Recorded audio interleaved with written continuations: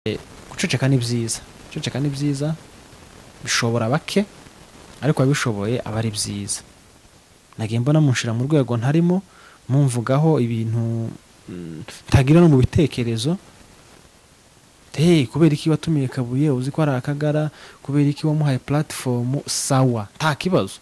Icyo nje kubivugaho ni iki ngiki ubwishiraho umuco. Nkuko nakubwiye akoze ikiganiro avuga ko ari Akagara ari na proud yabyo, nje nkenera kumubaza ibintu nimba yavuze byaramucitse cyangwa se nimba yarabivuze. Abantu bose ntabwo turemwe kimwe. Hari umuntu ugira ikintu mu kanwa kamagitibura undi akakigira akagitekereza. Jewe sindi kumwe nawe, sinifatanyije nawe.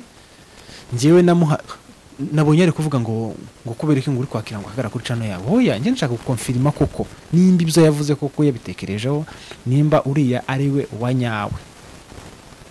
Ni kuri twamubonye njewe siko nari muzi. Njewe siko nari muzi. Nari muzi Burundi rwego nyine mare ko kinteza sinabimenya. Bwaca mu gitondo nkaza ngenda kamugisha inama. Ndagira ngo mbabwire ukuntu indyarya ari mbi cyangwa se umuntu kwihisha mari mubi.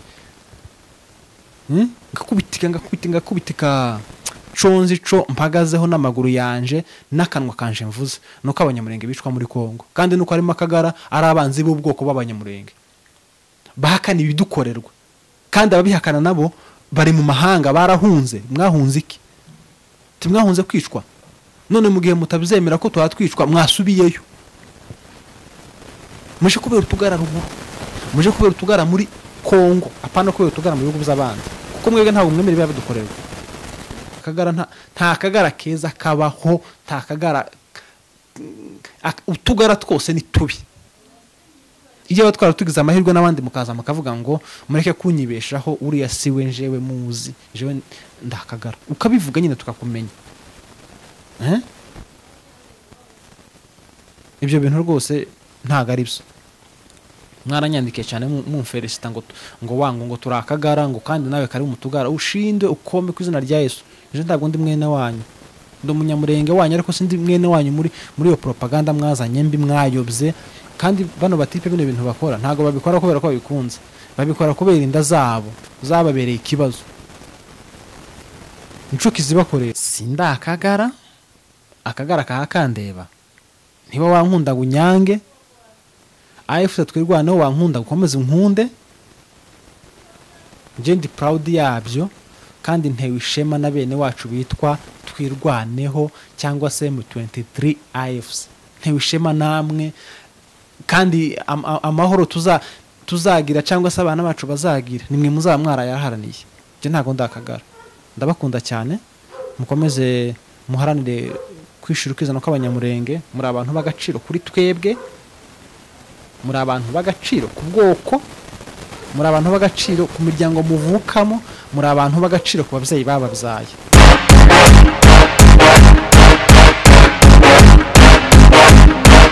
Ndagusuhuje nkwifurije igitondo ciza weekend ndetse n'abagorobye, nkwifurije umugoroba mwiza bivanye naho uherereye.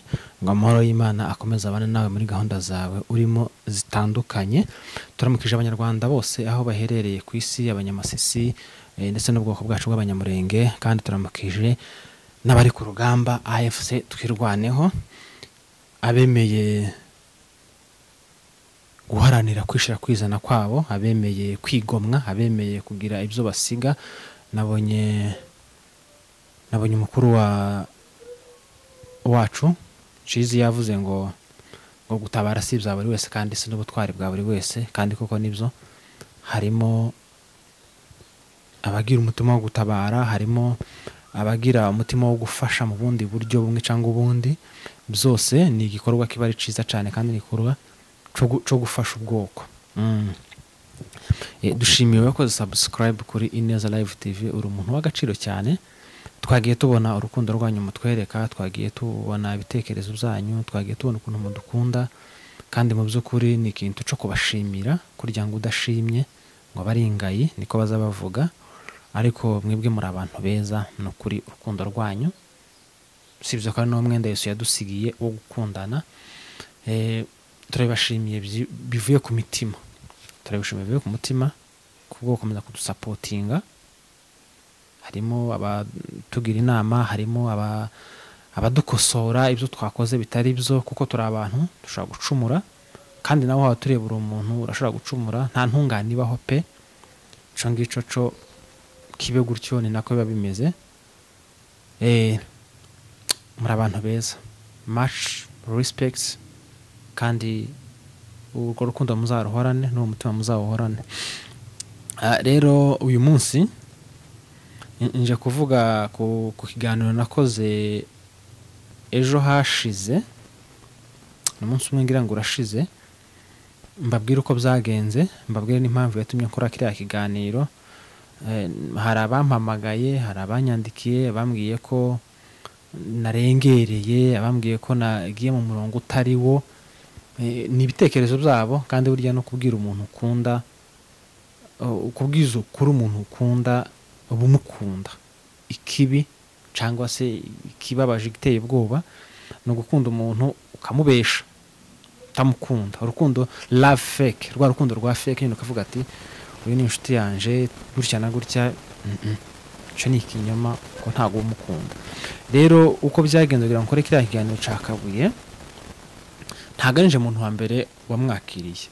Kabuye yakoze ikiganiro ahantu ca 15 minutes, ngira ngo nkuko nabivuze no mu kiganiro nawe twicaranye, mbona akoze ikiganiro ari fier y'ibyo avuga, ari proud y'ibyo avuga, ubona ko nyine taba bimutekereje kuza kubivuga.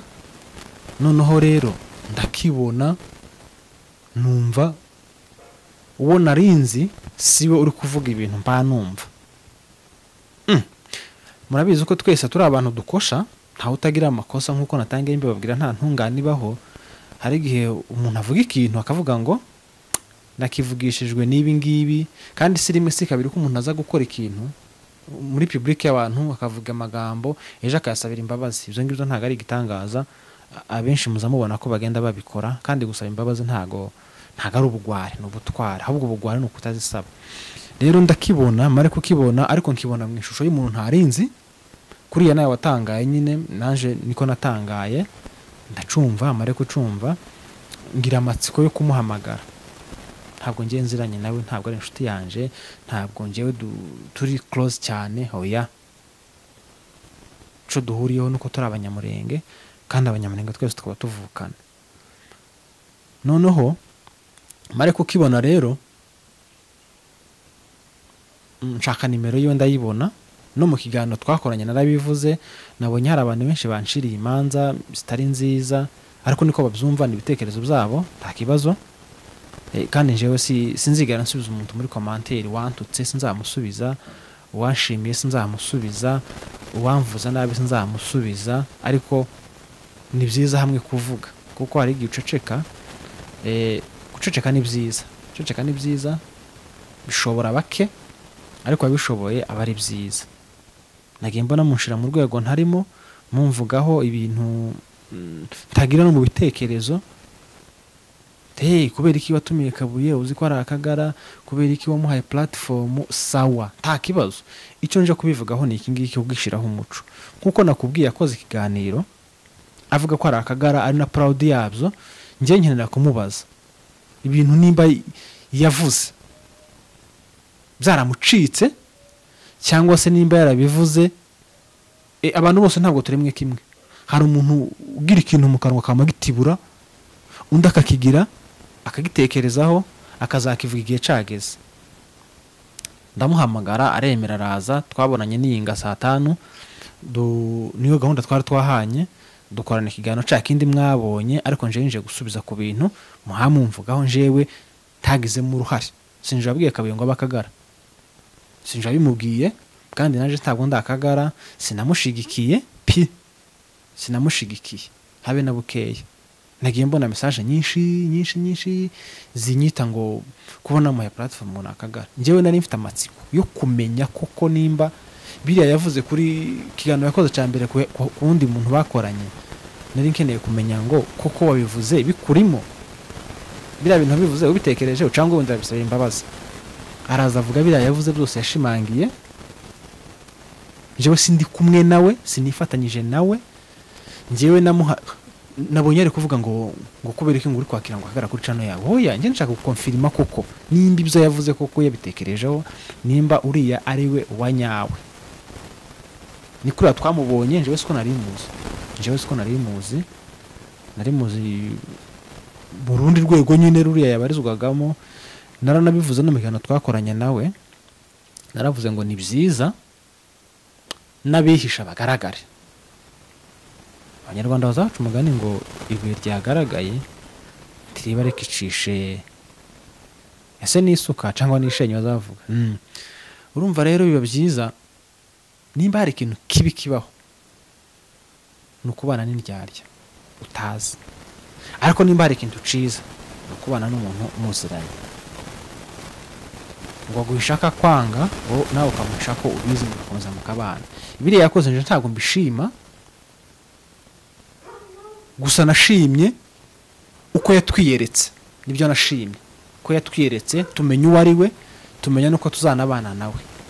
Dufitemo indyarya nyinshi muri twebwe z'utugara zitaza kubivuga, dufitemo indyarya nyinshi. Reka mbabwira akantu kamwe kambayeho. Nigeze kugira ikibazo 2020, umuntu anteza ikibazo mara ko kinteza sinabimenya. Bwaca mu gitondo nkaza ngenda kamugisha inama, ndagira ngo mbabwire ukuntu indyarya ari mbi cyangwa se umuntu kwihishema ari mubi. Ngakubitika hari bamwe wenda baba babizi babashuti banje cyangwa se babafamiliye. Ngakubitika mu gitondo nkirukanga kavuga ngo byagenze kunuko n'umwaka wambereye mubi wa 12, umwaka wambereye mubi cyane ntazibagirwa. Ngakubitika mu gitondo nkagenda nkamugisha inama, namara kuyimugisha akambwira ngo wewe uriya muntu w'inshuti yawe ntago ari umwana mwiza, uriya muntu n'umwana mubi, ni mubi cyane uzamwirinda. Naho uko karabimbwira gutyo ari we kibazo, nza kubimenya nyuma ko yanteranyaga nawe ikibazo ari we. Biba byiza njyewe naravuga n'umutima wanjye kandi ndabisubiramo, biba byiza umuntu ukwereka ko ameze, kandi tugize n'Imana n'abandi bakaza bakavuga ngo njyewe ndakagara ijana ku ijana, tawe ntinya ni jewe, akabivuga tukamenya ko nyine tubana nawe, tukamenya nuko tubana. Igiteye ubwoba n'ikibabaje nuko batwihishemo tutabizi, ariko njyewe vraiment cyo kintu kivuze carambabaje. Njyewe inzi twirwaneho, inzi M23 AFC twirwaneho, inzi bikorwa bakora n'abantu bigomwe aho bari bigomwe aho baryamaga heza, bigomwe ibiryo byiza baryaga. Hari n'abandi bavuye hanze baratabara bari mu buzima bwiza taco babuze, baravuga ngo ibi ngibi tubiha shaka, tugomba turabirambiwe, reka nje wacu.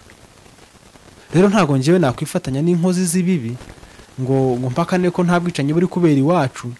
Ndabizi buri kuhaba, iyaba butari kuhaba simba ndi impunzi muri Kenya. Ko muragira ngo twege turi muri Kenya twishimye se? Abari mu Bugande ntibishimye, abari muri Kenya ntibishimye, abari ariko uzi kugira gahinda ko kutagira igihugu. Tuzatubona iminsi mikuru abandi baje mu byari wabo kwivuka iwabo, twebwe turaja hitaho dufite. Namara ngo byose nzirengagize ngo nifatanye n'abatwirukanye n'ababatwica, ntago nje nabyirengagize. Ndabizi hano turi tubabaye, tuhari tutishimye na bukeya, ntabwo tunezerewe n'ibihugu by'abandi turimo. Hari igihe n'abantu bakavuga ngo ese uri n'ukora iki wagiye iwanyu? Iwacu nta mahoro ahari 100%. M23 AFC twirwaneho n'abacunguzi b'ubwoko bw'abanyamurenge, nabanze kwicwa kw'abanyamurenge, nabanze akarengane k'abanyamurenge, twanyazwe inka, twanyazwe igihugu, n'izina babashaka kuri twaka ngo turi abanyamurenge bo muri Kongo, ngo turi abanyarwanda. Bazabe bivuga ibyinshi murabizi, singiye kubisubiramo. Gusa njenje kubwira abantu babanyita Kagara, mwoka byaramwe musigeho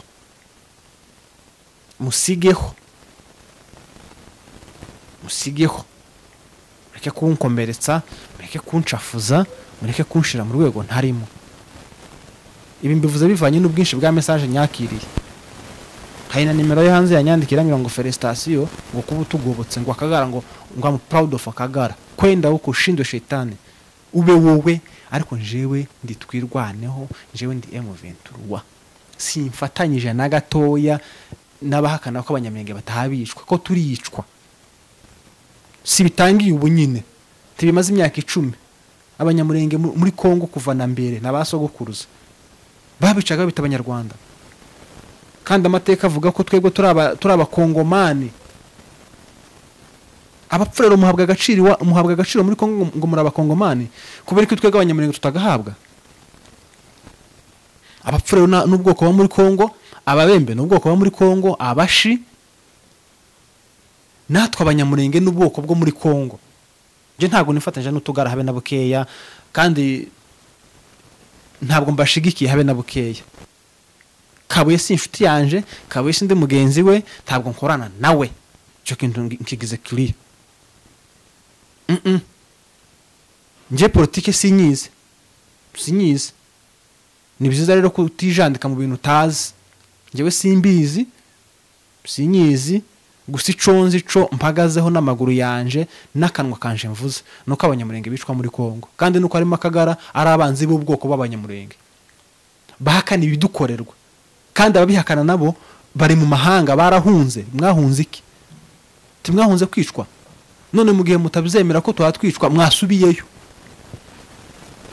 Muje kubera utugara ruguru, muje kubera utugara muri Kongo, apana kubera utugara mu bihugu by'abandi, kuko mwebwe ntabwo mwemere bibadukorerwa. Je bimvuye ku mutima kandi byambabaje cyane. Ntabwo nje ndakagara, ntabwo nje nifatikanyije nabo ntashobora kumpa ngo mpaka nico ndico cyangwa ngo mpaka nibyo mbona. Habe nabo barabizi ko twicwa, gusa ninda zabo zabagoye. Umuntu wemera agabwa amafaranga akagambanira ubwoko, uwo ni umugome cyane.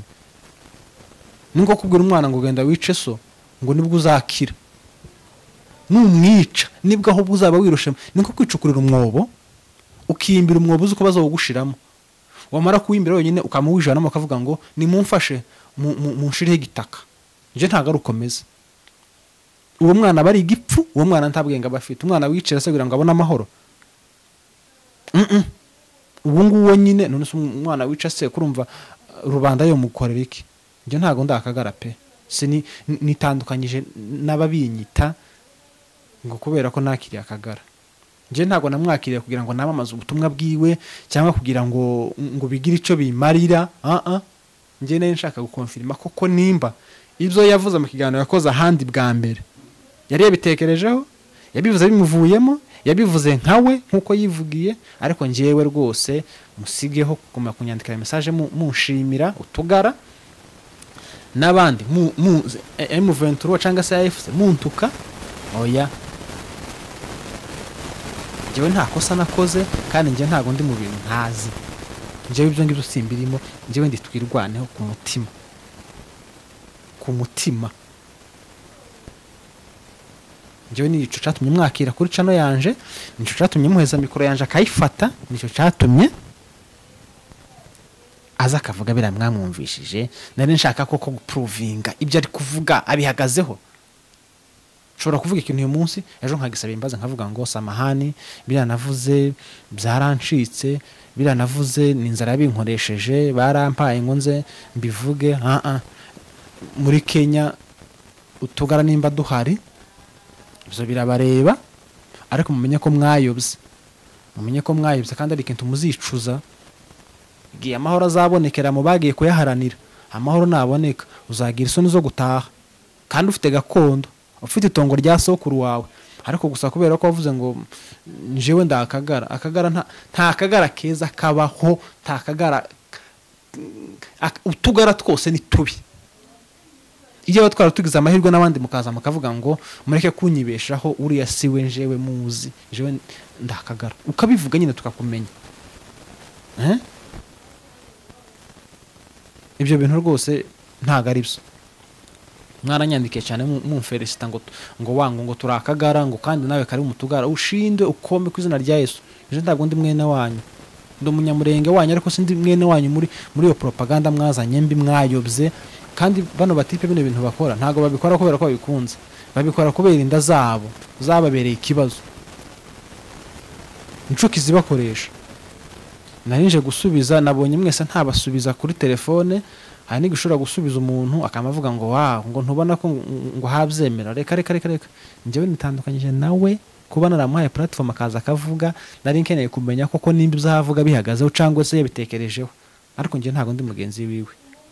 Bakunzi ba Ineza Live TV, abankunda mukomeza mu nkunde, sinda akagara kahakandeba. Niba wankunda gunyange AFC twirwaneho, wankunda gukomeza inkunde, nje ndi proud yabyo kandi ntewe ishema na bene wacu bitwa twirwaneho cyangwa se mu 23 AFC.